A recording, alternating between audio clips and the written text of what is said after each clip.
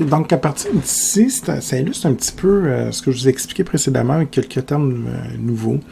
Moi, je vous ai expliqué un petit peu la dépolarisation, l'hyperpolarisation, donc les deux types de potentiels gradués, contrôlés par les trois types de canaux ligands dépendants qu'on retrouve ici dans la région réceptrice, dendrite cancellulaire. Maintenant, la grosse question qu'on va répondre, comment on peut savoir si on va faire un influx ou non? Donc, peut-être que tu pensais jusqu'à maintenant qu'on dépolarisait ou on hyperpolarisait, mais c'est pas ça la réalité. La réalité, c'est que ce neurone-là va se connecter avec une vingtaine, trentaine, une centaine de neurones. Alors ici, c'est une connexion simple, c'est le neurone 1 qui parle aux deux, mais généralement, lui, il peut être stimulé par 15-20 neurones en même temps, de façon simultanée, là. Donc, il y a des neurones, exemple le neurone 1, 2, 3 qui va dire dépolarise, fait entrer du sodium.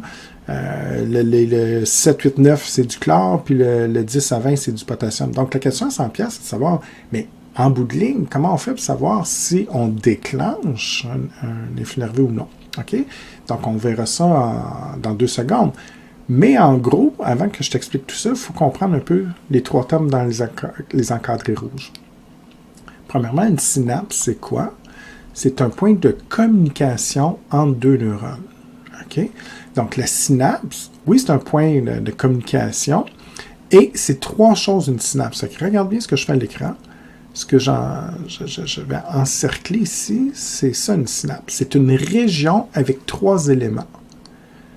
La fin du premier neurone, le début du deuxième, puis il y a un espace entre les deux. Donc, une synapse, c'est 3 éléments. C'est exemple, le premier neurone ici qui est à gauche de la synapse, c'est les boutons synaptiques du premier neurone.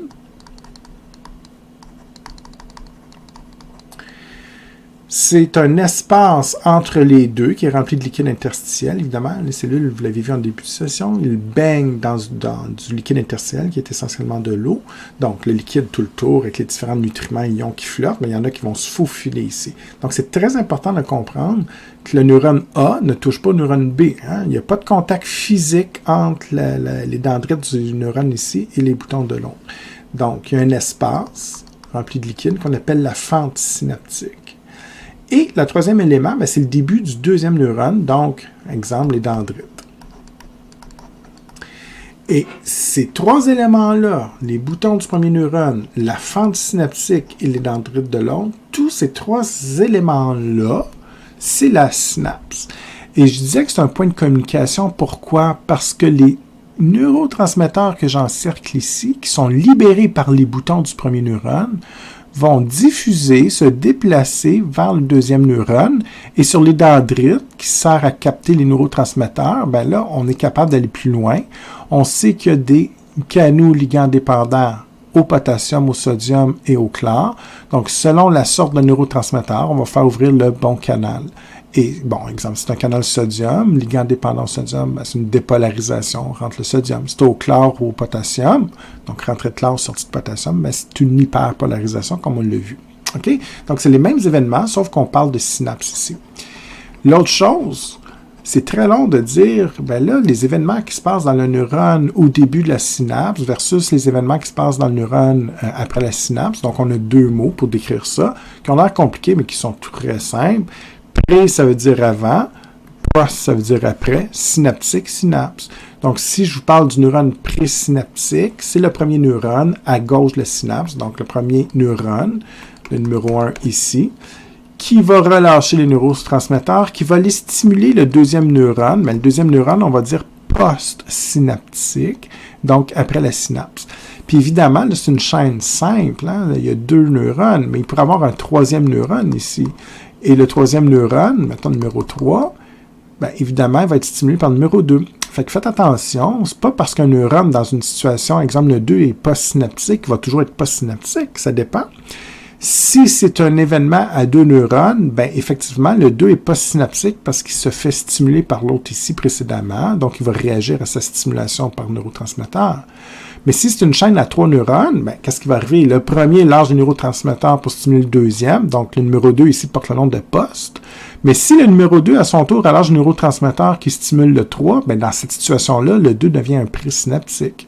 En fait, le présynaptique veut juste dire le neurone avant la synapse qui va relâcher les neurotransmetteurs pour stimuler le prochain neurone.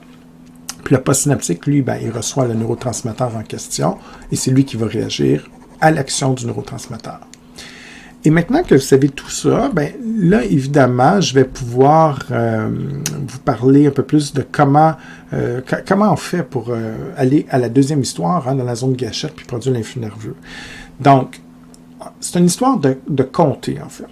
Imaginez-vous que le neurone postsynaptique, donc celui qui se fait stimuler par les neurotransmetteurs, oui, il y a 3 sortes d'événements, comme on a vu plusieurs fois, mais en fait, il n'y a pas juste 3 canaux, il y a des milliards de canaux au chlore, milliards de canaux sodium et tout. Et selon en fait, je vous dirais ça très simple, le plus fort l'emporte. Donc, s'il y a plus de canaux sodium qui rouvrent que de canaux chlore, ben, on risque de faire une dépolarisation. S'il y a plus de canaux chlore ou potassium, un ou l'autre, ben, on va faire plus d'hyperpolarisation. Donc, il faut comme les compter, entre guillemets. Et encore là, on a inventé 2 mots qui ressemblent beaucoup à ce qu'on a vu dernièrement. Et je sais que ça fait beaucoup de termes, mais il faut que vous arrangez que ce soit clair dans votre tête. Okay? C'est toujours la même chose. Toujours de l'entrée de sodium, de l'entrée de chlore, exemple. Sauf que là, on va parler de PPSE ou de PPSI. C'est ça qu'on va compter, en fait. PPSE, potentiel postsynaptique excitateur. Autrement dit, le potentiel électrique, courant électrique, après la synapse. Donc, qui va affecter le deuxième neurone ici.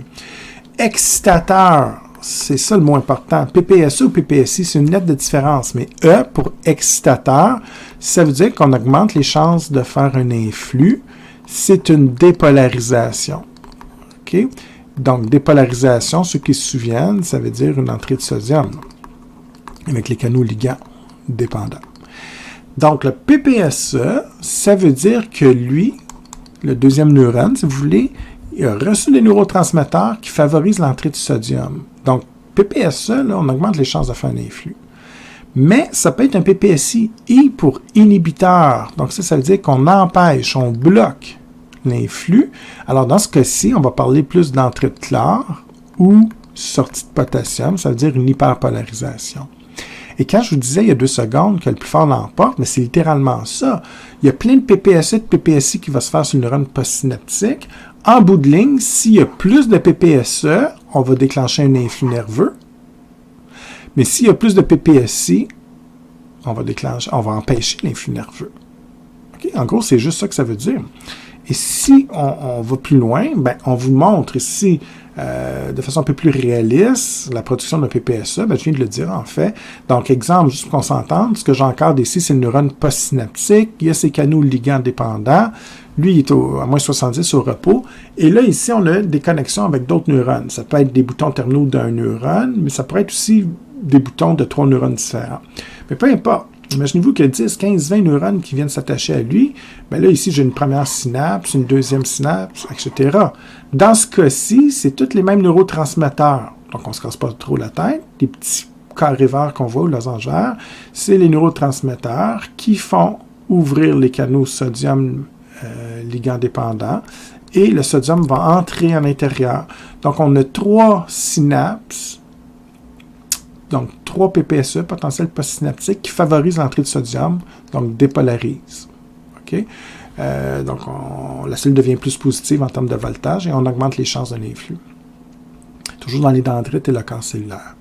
Au contraire, je peux avoir des neurones qui relâchent des neurotransmetteurs, soit qui font sortir le potassium, puis tu as d'autres sortes de neurotransmetteurs avec d'autres neurones qui peuvent faire entrer du chlore.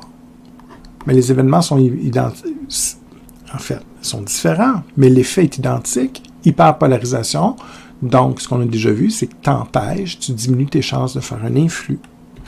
Et maintenant, la question à 100 $, ben, j'en fais-tu un ou j'en fais pas? Alors ici, c'est une image que j'aime beaucoup parce que ça reflète la réalité. Évidemment, ça a été coloré pour que ce soit plus visible, mais en rouge ici, c'est le corps cellulaire avec le neurone postsynaptique. Puis en bleu, c'est toutes les synapses qui vont se faire avec d'autres neurones. Alors, voyez-vous comment lui, là, il peut être stimulé. Chaque structure comme ça ici que j'encercle, c'est les boutons synaptiques qui vont relâcher des neurotransmetteurs. Et évidemment, chaque bouton aussi a son propre neurotransmetteur. Certains vont favoriser l'ouverture des canaux à chlore, sodium, d'autres, donc certains à chlore, d'autres boutons, c'est des neurotransmetteurs pour le sodium ou encore pour le potassium. Donc, en fait, ici, chaque bouton est spécialisé normalement dans une sorte de neurotransmetteur. Et exemple, si ces boutons-là font partie du neurone numéro 1, neurone présynaptique numéro 1, lui numéro 2, bien évidemment, le numéro 1 relâche peut-être des neurotransmetteurs qui font entrer le sodium, alors qu'ici, c'est pour faire entrer du chlore. Et c'est pour ça que je vous disais tantôt que c'est le plus fort qui l'emporte, mais c'est pas très élégant sur le plan scientifique. Vous n'allez pas me dire ça, l'examen, le plus fort l'emporte, mais vous avez le droit d'y penser si c'est clair. Mais le vrai terme, c'est une sommation. Ça veut dire une addition, ça veut dire qu'on va les compter. L'exemple que je donne toujours, pour moi, c'est faire le budget.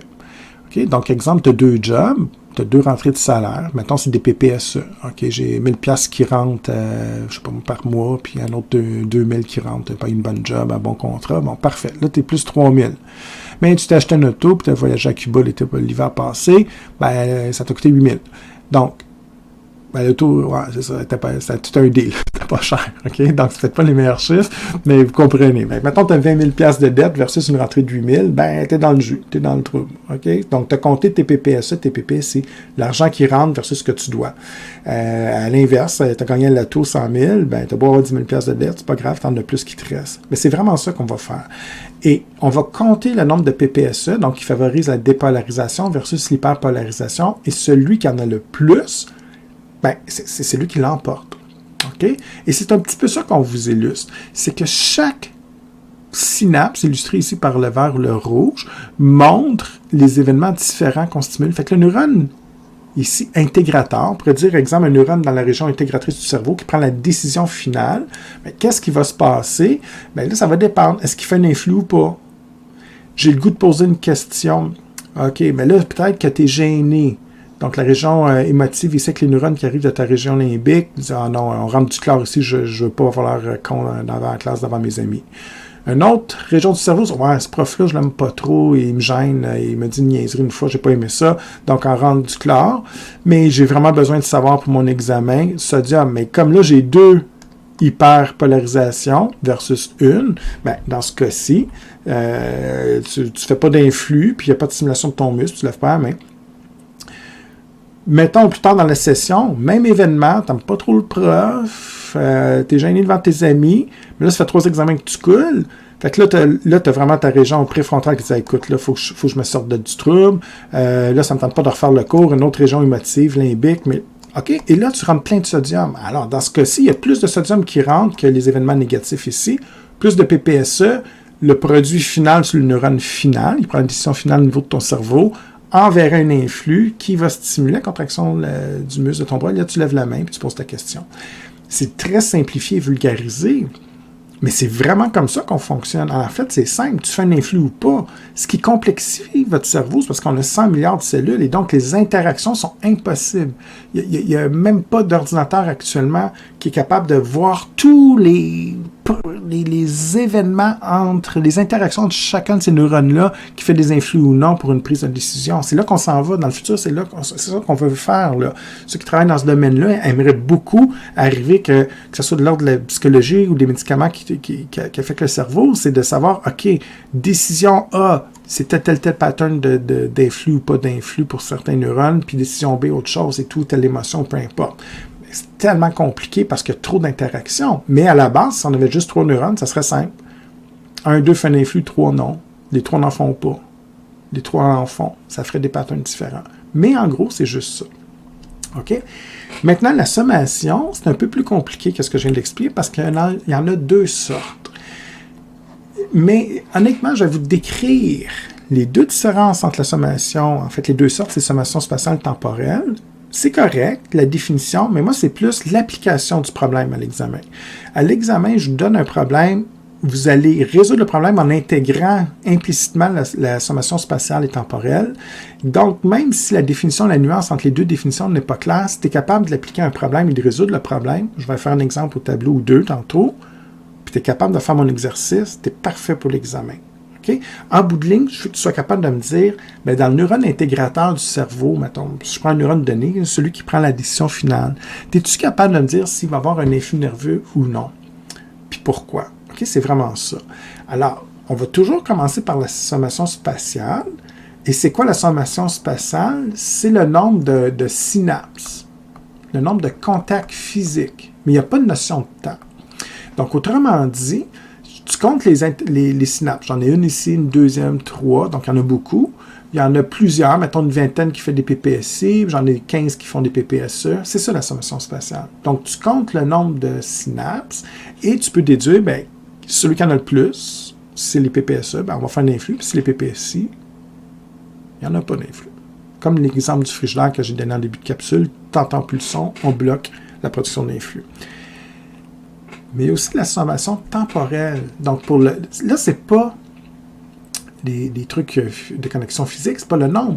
C'est la quantité d'influx nerveux par unité de temps.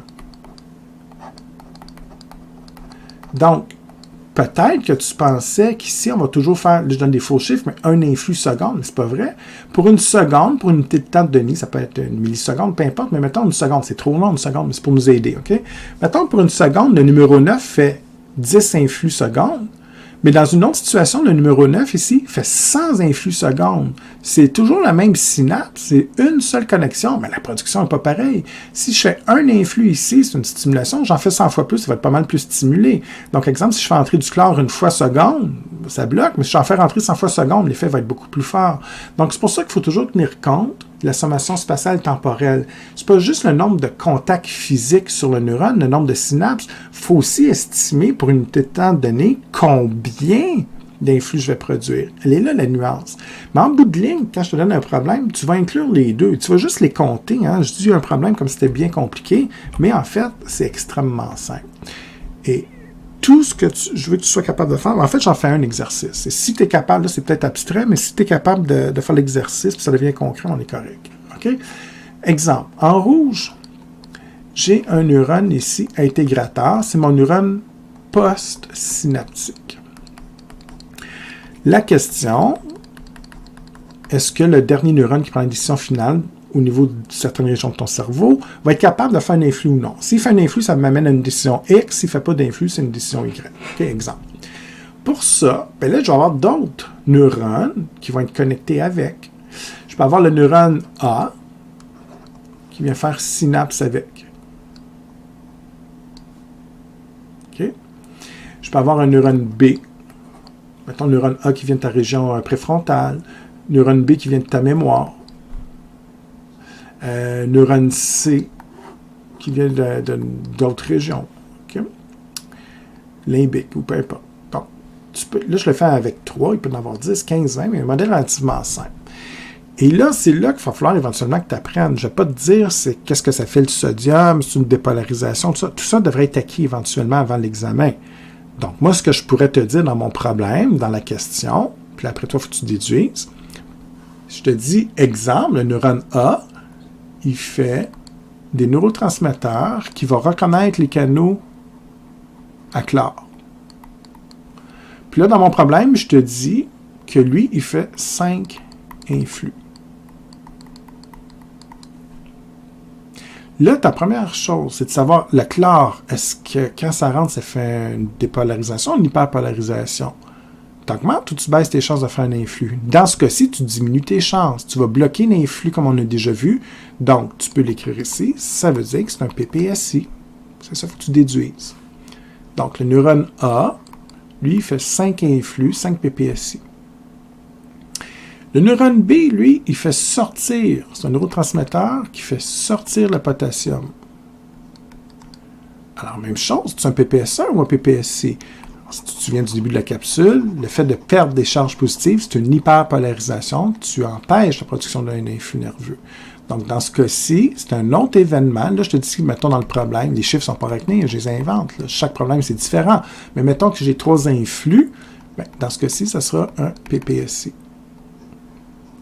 Et le neurone C, je te dis que lui, le neurotransmetteur, donc ça, c'est le neurone B, Et le neurone C, lui, évidemment, tu me vois venir, le neurotransmetteur, s'il fait rentrer du sodium. Donc, dans ce cas-ci, c'est une dépolarisation. J'augmente mes chances.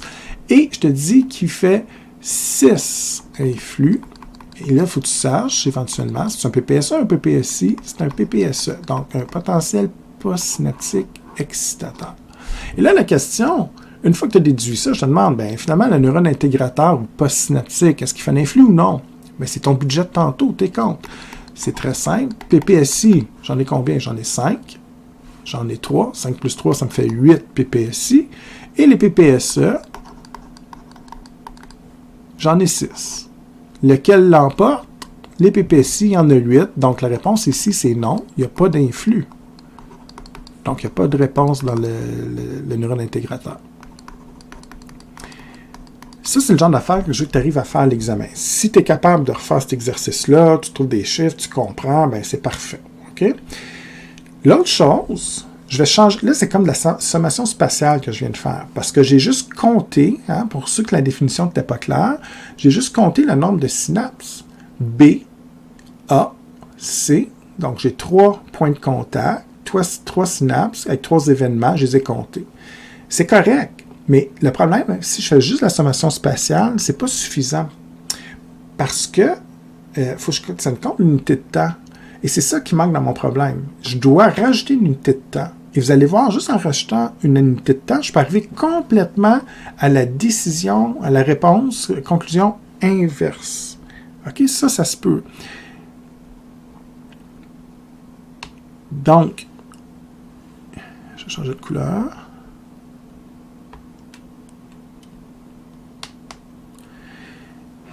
Pour mon deuxième problème, et le deuxième problème est plus proche de la réalité. Au lieu de vous dire 5 influx et tout ça, je vais écrire en bleu un vrai problème. Je vais le mettre par unité de temps. Donc, ça peut être par milliseconde, nanoseconde, peu importe, par seconde, c'est pas important, c'est juste pour me donner une idée. Mettons que j'ai ici le A, je vous dis, lui, il fait, mettons, 5 influx secondes. Okay? Donc, mettons que je fais 5 influx par seconde. OK, donc ça, c'est plus bon. C, au lieu de 6, lui, je dis qu'il en fait 10 influx par seconde. C'est là la sommation temporelle. Ça veut dire quoi? Ça veut dire qu'en une seconde, C a eu le temps de faire 10 influx, 1, 2, 3, 4, 5, 7, 8, 10, en une seconde, versus pour la même unité de temps, lui a eu le temps d'en faire juste 5. Fait que oui, c'est une synapse physique, mais celle-là produit le double d'influx par rapport à lui. Donc, il stimule plus. Et si B, maintenant, je vous dis que lui fait 2 influx secondes, est-ce que vous arrivez à la même conclusion? Concrètement, c'est pas difficile. Vous les comptez pareil. OK, mais c'est sûr qu'en termes de définition, tu dis, OK, là, il y a une unité de temps et tout, mais concrètement, tu résous le problème de la même manière. 2 influx secondes versus 5-10. T'es compte. J'ai 10 PPSE ici pour le neurone C. C'est juste qu'il en produit beaucoup par seconde, donc ça m'en fait 10. Ici, par la même seconde, j'ai eu le temps d'en faire 5. Et ici, j'en fais 2, donc j'en ai 7. Alors, oui, le nombre de contacts physiques spatial est important. Je n'avais 2 PPSI contre 1. Mais pour cette situation-là, pour la seconde que j'ai regardée, ils n'ont pas fait la même production. Et là, c'est pour ça qu'il ne faut pas juste regarder le nombre de contacts physiques, il faut regarder la production totale par unité de temps. Et là, dans ce cas-ci, j'ai plus de PPSE. Alors, ce que ça veut dire ici, oui, il y aurait un influx. 10 contre 7, oui, il y a présence d'un influx. Je reprends le même schéma, puis là, exemple ici, la situation C, c'est une situation où on est très stimulé. Tu es en train d'étudier, puis tu veux vraiment réussir, là, tu es hyper stimulé. Okay? Maintenant, c'est une région plus relaxe, toi, tu dis, c'est pas trop important, je suis en début de session, peut-être pas trop grave, je ferai ça plus tard. Tu vas envoyer 2 influx, puis tu n'étudieras pas. Je donne un exemple vraiment caricatural, mais c'est à peu près ça. Exemple, on va dire, c'est simplifié, mais que le neurone ici décide si tu vas étudier ou pas samedi soir prochain. Une situation, le A qui vient de ta région émotive, le B de, mettons, C préfrontal, logique, puis B, une autre région, peu importe. Là, tu te dis, ouais, il faudrait bien que j'ai étudié, c'est important, si je veux réussir mon deck pis tout, mais en même temps, tu commences à t'écœurer pas mal. Fait que là, le B, il dit, ouais, ben là, écoute, travaille fort, tu brides bien un petit congé, là, l'émotion que ça te tente pas d'étudier, fait que, OK, PPSI dans le tapis. Ah, ouais, mais là, j'ai un de mes chums qui vient de m'appeler, ça fait longtemps que j'ai pas vu, on va aller prendre une bière, tout ça, ben, c'est bien cool, fait que, OK, garde du chlore qui rentre dans le tapis, PPSI, mais là, tu vois, ouais, la petite voix qui dit, il faudrait peut-être que je me force un peu, je veux pas planter, ah, là, fait que là, tu fais juste 2 PPSE contre 8 PPSI, finalement, de la merde, je ferai ça plus tard, tu t'en vas prendre ta bière. À la fin de la session, tu te dis, hey, là, je passe vraiment ses fesses. La même situation se produit, c'est les mêmes contacts. Sauf que là, ton chum que t'as pas vu depuis 3 mois, ouais, c'est sûr, mais je pourrais peut-être l'avoir dans 3 semaines à Noël, mettons. Fait que là, tu fais rentrer un peu de chlore, mais au lieu de faire 5 influx secondes, t'en fais peut-être juste un. Ici, t'en fais juste un, mais là, ici, t'as tellement le préfrontal qui dit, non, là, moi, je ne me retape pas ce cours-là, là, t'es rendu à 50 ici. Donc, les mêmes connexions physiques, selon les situations que tu vis dans ta vie, tu vas arriver à en faire en sorte que je vais faire plus d'influx ou non. Donc, plus de relargage de neurotransmetteurs et en bout de ligne, ou moins, hein, évidemment, dépendamment de la situation, et en bout de ligne, tu vas faire un influx ou non dans la prise de décision finale. C'est un peu une caricature, mais c'est vraiment comme ça que ça fonctionne quand même. C'est juste, comme je disais tantôt, c'est plus compliqué parce qu'il y a plus que 3 neurones qui interagissent ensemble. 3-4 neurones. Mais en gros, c'est quand même fascinant. Vous en conviendrez avec moi, c'est quand même fascinant à voir que c'est simplement un peu de chlore, un peu de sodium qui fait que tu vas étudier ou pas. Ou que tu vas prendre un Coke au lieu d'un 7-Up, ou que je vais à Cuba au lieu de la France, ou je sais pas quoi. Tout revient à ce genre d'événement moléculaire tout le temps. Maintenant, tout ce que je vous demande, sur la parenthèse d'explication, je reviens à l'exercice. Je veux que vous soyez très à l'aise si je fais un schéma comme ça à le résoudre. Et ça implique 2 choses de votre part. Dans les problèmes, je vais toujours vous donner les chiffres. Ça, tu n'as pas à apprendre ça. 2 influx secondes, 1 influx seconde. Mais il faut que tu sois capable de corréler le fait que, OK, ouais, là, je sors du potassium, donc je diminue mes chances d'un PPSI. Je rentre du chlore, je diminue mes chances d'un PPSI. Entrée du sodium, c'est une dépolarisation. J'augmente mes chances d'un PPSE. OK, ça, c'est de l'étude. Puis une fois que tu vas l'avoir appris, ben là, tu es correct, tu devrais être capable de résoudre ça.